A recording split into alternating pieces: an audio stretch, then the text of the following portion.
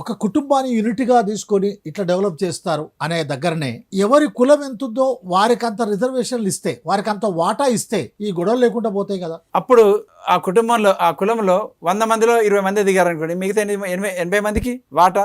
ఉద్యోగాల 3% నుంచి 5% కన్నా ఎక్కువ ప్రభుత్వ ఉద్యోగాలు, మొత్తం ప్రైవేట్ రంగ ఉద్యోగాలు కూడా కలిపితే 10 నుంచి 12% ఉంటుంది.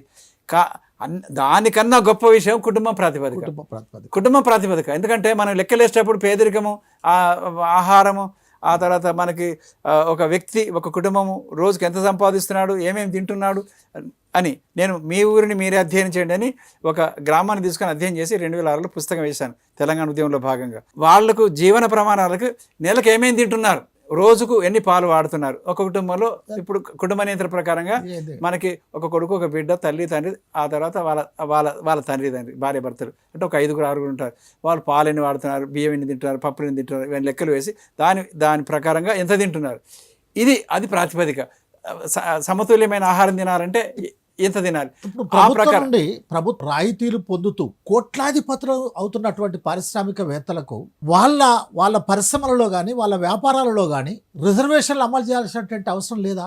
ఎందుకు లేదు? మనం అది గ్లోబలైజేషన్ ఎప్పుడైతే ప్రారంభించిందో అప్పటి నుంచి అడుగుతున్నామో, అది ఒరిజినల్గా ఏ విషయంలో సరే ప్రభుత్వం యొక్క సబ్సిడీ లేకుండా, గ్రాంట్ లేకుండా ఏ పరిశ్రమ నడవట్లేదు, అమెరికాతో సహా ఎక్కడ కూడా. అందువల్ల ప్రభుత్వం అంటే ప్రజల సొమ్ము తీసుకుంటున్నారు కాబట్టి ప్రజలకు ఆ ప్రజల ప్రాతినిధ్యం ప్రకారంగా అందులో వాళ్ళకు శిక్షణ లేదనుకో, శిక్షణ ఇవ్వు. శిక్షణ లేకపోతే శిక్షణ ఇవ్వు, నైపుణ్యం లేకపోతే నైపుణ్యం శిక్షణ ఇవ్వు. 3 సంవత్సరాలు లేకపోతే 5 సంవత్సరాలు ఇవ్వు, ఫెయిల్ అవుతే.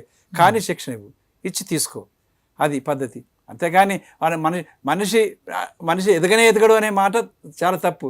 ఉన్నదానికి లేరుకుంటానంటావు, కింద నుంచి తయారు చేయాల్సిన అవసరం ఉందిగా.